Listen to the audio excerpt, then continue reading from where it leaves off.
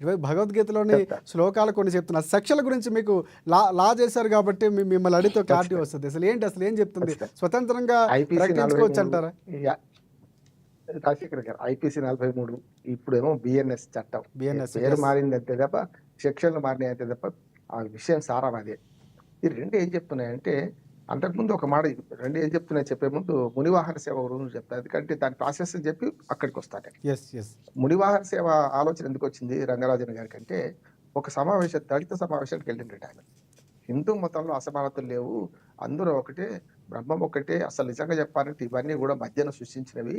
ఈ చాతుర్మాన వర్ణ వ్యవస్థ ఇవన్నీ మనువాదం ఏదైతే ఉందో దీన్ని పాటించొద్దు అని ఆధునిక విజ్ఞానాన్ని బోధిస్తుంటే చెప్పుకుంటూ ఆయన అన్నట్ట మన వేదమాంగమయంలో కానీ మన పురాతన దేవాలయాల అర్చకత్వంలో కానీ ఏముందంటే దళితులను కూడా సేవించాలి అని చెప్పి ఉన్నది అని చెప్పి గతంలో ఒక గుడికి దళితులు వచ్చి నేను దర్శనం చేసుకుంటా అంటే దర్శనం చేయకుండా ఆ పూజారి వ్యతిరేకించిండని వ్యతిరేకిస్తే వ్యతిరేకించడమే కాకుండా దళితులు కొంచెం రఫ్గా వస్తే రాయి విసిరి కొడితే ఆయన ఆ దళితుడి ఆ మన నుదుటికి గాయమైందని తీరా లోపలికి వచ్చేసరికల్లా వెంకటేశ్వర స్వామి నుదుటి నుంచి కూడా రక్తం కారుతుందని తెలుసుకొని చూసి మన పాశ్చాత్తాపం చెంది ఆ దళితుడిని తన భుజాల మీద ఎక్కించుకొని మునివాహన సేవ చేశారు, భగవంతుణ్ణి భక్తుల్లో చూశారు అని ప్రతీతి.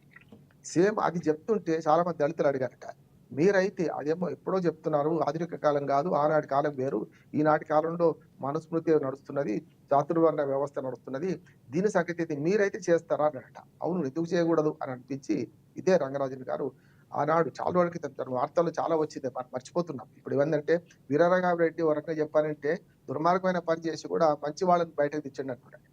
అయితే అది కావాల్సింది, అది కాదగ్గది కాదు, అది దురదృష్టకరమైన సంఘటన. దాని ద్వారా ఇప్పుడు వెలుగులోకి వచ్చింది కదా వాటి విషయాలు.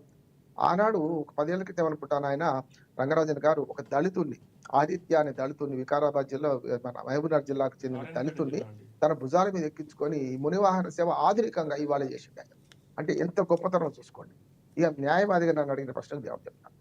మీరన్న 43 కానీ 53 కానీ సెక్షన్ ఏవైతే ఉన్నాయో ఒక తప్పు జరుగుతుంది, ఒకడు వాడిని పొడిచిపోతున్నాడు, ఒకడిని కత్తితో పొడిచిండు పారిపోతున్నాడు. బాలస్వామి గారు అట్లా ఉన్నారు, చట్టం పని తను చేసుకపోతుంది, పోలీసులు రావాలి, ఫోన్ చేస్తారు, పోలీసులు వచ్చేదాకా నేనేం చేయాలని కూర్చోరు కదా. అప్పుడు ఏం చేస్తారు బాలస్వామి గారు, ఆ కత్తితో పొడిచిన వాడిని గట్టిగా అదివి పట్టుకొని ఒక చెట్టు, చాలా మంది ఉంటే చెట్టు కట్టేస్తారు వాడిని, లేకుంటే వాడితో పోరాడతారు, వాడి పోలీసులు వచ్చేదాకా పట్టుకొని ఉంచుతారు. దీన్నే పౌర అరెస్ట్ అంటారు, సిటిజన్ అరెస్ట్ అంటే ఇది. ఇప్పుడు మన ఇంట్లోకి ఎవడో దొంగ చొరబడ్డాడు, వాడు దౌర్జన్యం చేస్తున్నాడు, ఆత్మరక్షణ కోసం వాడిని మనం ప్రతిఘటిస్తాం. వాడిని చంపిన తప్పులేదు, ఆత్మరక్షణ కోసం ఒక వ్యక్తిని చంపిన తప్పులేదు, అది చట్టాల్లో ఉంది, న్యాయ వ్యవస్థలో ఉంది, అంతకుముందు మనకు మొత్తం వేదాల్లో కూడా సెల్ఫ్ డిఫెన్స్ అంటాం. ఆత్మహత్య మనకు ఎవరైతే ఆత్మరక్షణ కోసం ఎదుటి వాడిని చంపినా తప్పులేదు. ఒకవేళ ఆత్మరక్షణ కాక ఏదో కుట్ర పని చేసిననుకో బయటపడుతుంది. ఇక్కడ కూడా ఆయన అన్న సెక్షన్లు ఏవైతున్నాయో అరెస్ట్, పౌరుడికి అరెస్ట్ చేసే అధికారం ఉంది, రైట్, నేను చెప్తున్నాను ఇదే ఉన్నది చట్టం. ఒక వ్యక్తి దొంగతనం చేసో లేకుంటే దౌర్జన్యం చేసో తప్పించుకుంటూ పోతుంటే ఆయన నిర్బంధించి పోలీసులు అంటే ఒక వార్త కూడా బయటకు వస్తుంది 2015లో అనుకుంటా, తన కూతురికి సంబంధించి ఒక అడ్మిషన్ విషయంలో జూబ్లీహిల్స్ పబ్లిక్ స్కూల్లో ఏదో కేసు వేసి తను గెలిచారన్నటువంటి ఒక వార్త కూడా వినిపిస్తుంది. నిజంగా చెప్పాలంటే వీరరాఘవరెడ్డి గురించి ఎంత తక్కువ మాట్లాడుకుంటే అంత మంచిది అనుకున్నాడు. ఎందుకంటే అనవసరంగా ఆయన పబ్లిసిటీ ఇప్పటికే వచ్చేసి దుర్మార్గమైన పబ్లిసిటీ వచ్చింది. రామరాజ్యం సో ఆయన కూడా కోరుకుంది అదే అనుకుంటా, ఆయన కూడా ఓ పబ్లిసిటీ కోసం నిజంగా దాడి చేసినట్టున్నారు. ఖచ్చితంగా నేను అందుకనే చెప్తున్నా రాజశేఖర్ గారు, ఆ రాఘవరెడ్డి గురించి అయితే తక్కువ మాట్లాడదు. ఇప్పుడు కాపీ తప్పదు, ఎందుకు తప్పదు అంటే ఇప్పుడు గాంధీ వల్ల గాడ్సేకి పేరు వచ్చింది. గాడ్సే ఎవడో మనకు తెలియదు, కానీ గాంధీని చంపడం వల్ల గాడ్సేకి పేరు వచ్చింది కదా. బట్ అదొక డిఫరెంట్ సబ్జెక్ట్ అండి. ఇద్దరు కదా, రాముడు రావణాసుడు. నేను ఏమంటున్నానంటే మాట్లాడుకో తప్పని పరిస్థితి తీసుకొచ్చిండు రాఘవరెడ్డి. కానీ నేనేమంటున్నాడు, గతంలో చేసిన పొరపాట్లను ఇప్పటిదాకా ప్రభుత్వాలు వాడిని ఎందుకు నిరోధించలేకపోయినాయి అంటున్నాడు. నేను ఏకవచనంతో మాట్లాడుతున్న వాడు అంటున్నాను, వాడిని ఎందుకు నిరోధించలేకపోయినాయి, ఈ వ్యవస్థ ఏం చేస్తుంది, వ్యవస్థ ఫెయిల్ కావడం అనేది ఇవాళ ఇక్కడ దాకా వచ్చిండు వాడు అంటున్నాడు కదా. ఇప్పుడు చాలా కేసులు ఉన్నాయి అంటున్నారు, బెయిల్ తీసుకున్నాను అంటున్నారు, ఈ రామరాజ్యం స్థాపించి 7 అవుతుంది అంటున్నారు, దౌర్జన్యం చేస్తున్నా అంటున్నారు. దీనికి ప్రధానమైన కారణం ఏంటంటే మన హిందూ మతంలో కూడా మోరల్ పోలీసింగ్ ఈ మధ్యన బాగా వస్తుంది. 14th ఫిబ్రవరి వస్తున్నది, నేను ఎక్కడికి వస్తున్నట్టు 14th ఫిబ్రవరి నాడు పార్కుల్లో ఉన్న వాళ్ళని పెళ్లి చేయడము. నేనేమంటున్నా, మోరల్ పోలీసింగ్ ఎవరు చేసినా తప్పే. ఇప్పుడు వీరరాఘవరెడ్డి చేసిన తప్పే, ఇతరులు చేసిన తప్పే అంటున్నాను. మీరన్న దానికి బాలస్వామి గారితో ఏకీభవిస్తున్నాడు. ఏదో అక్కడ దాన్ని పబ్ కల్చర్‌ను వ్యతిరేకిద్దామంటే పర్మిషన్ ఇచ్చింది ప్రభుత్వమే గదా! ఇప్పుడు ఈయన ఒక్కడు పోయి ఆడ చేయగలుగుతాడా? తప్పు గదా! ఒక రాజ్యము స్టేట్‌కు వ్యతిరేకంగా స్టేట్ పర్మిషన్ ఇచ్చింది. దాన్ని మనం ఏం చేయలేం గదా!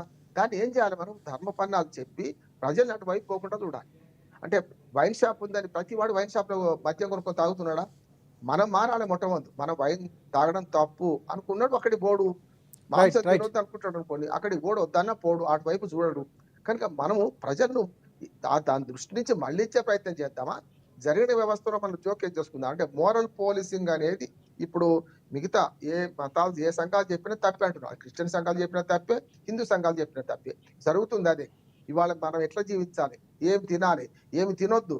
అని మాట్లాడుతున్న వాటికి కూడా ఇది కనువిప్పు అంటున్నాం. ఒక తీవ్రవాదం కంటే అతి తీవ్రవాదం వచ్చినప్పుడు అందరూ ఇప్పుడు వీరరాఘవరెడ్డి అని తిడుతున్నాం. వీరరాఘవరెడ్డి వీరత్వానికి కారణం ఏంటంటే మనం కూడా మన సమాజంలో కొన్ని మతాలు, కొందరు వ్యక్తులు ఈ మోరల్ పోలీసింగ్‌ను ప్రోత్సహిస్తున్నారు. తప్పు. చట్టం పని తాను చేసుకోకపోతే. మోరల్ పోలీసింగ్ మనం చేస్తుంటే వాడు చేసింది కూడా కరెక్టే అనిపిస్తది. రైట్. ఇవాళ రైట్. నిజంగా నాకు రైట్. రైట్. నిన్న 4, 5 టీవీలో మాట్లాడితే సంతోషం అనిపిస్తుందంటే కమ్యూనిస్ట్ పార్టీలతో సహా దేవుడిని నమ్మాలనుకున్న వాళ్ళు కూడా దీన్ని తప్పన్నారు. అది యెస్. మంచిదంట. యెస్. ఖండించారు. అందరూ ఖండించారు. పరమత సామరస్యం కావాలంటున్నాడు. ఒక మాట చెప్పి ముగిస్తాను రాజశేఖర్ గారు. ఇదే రంగరాజన్ గారు మిషనరీ స్కూల్‌లో చదువుకున్నారట. మంచి 3 పట్టెనామాలు పెట్టుకొని పోయేవాడట. పోతే అక్కడ క్రిస్టియన్‌లు స్కూల్ అది కదా! క్రిస్టియన్ మిషనరీ స్కూల్ కదా! వాళ్ళు ప్రార్థనలు చదివించేవారట. ప్రార్థనలు బ్రహ్మాండంగా చదివేవారట రాగయుక్తంగా. చదివితే అది చదవడంతో పాటు హిందూ మతంలోని ఈయన భజనలు కూడా వినేవాళ్ళట వాళ్ళు. ఎన్నడూ కూడా ఆయన అందుకని చెప్తున్నాడు. ఆయన పరమత సహనం కూడా ఎందుకు ఉండాలి ఎట్లా చెప్పిండంటే రంగరాజన్ గారు ఆయన పాటలు వినుకుంటూనే కీర్తనలు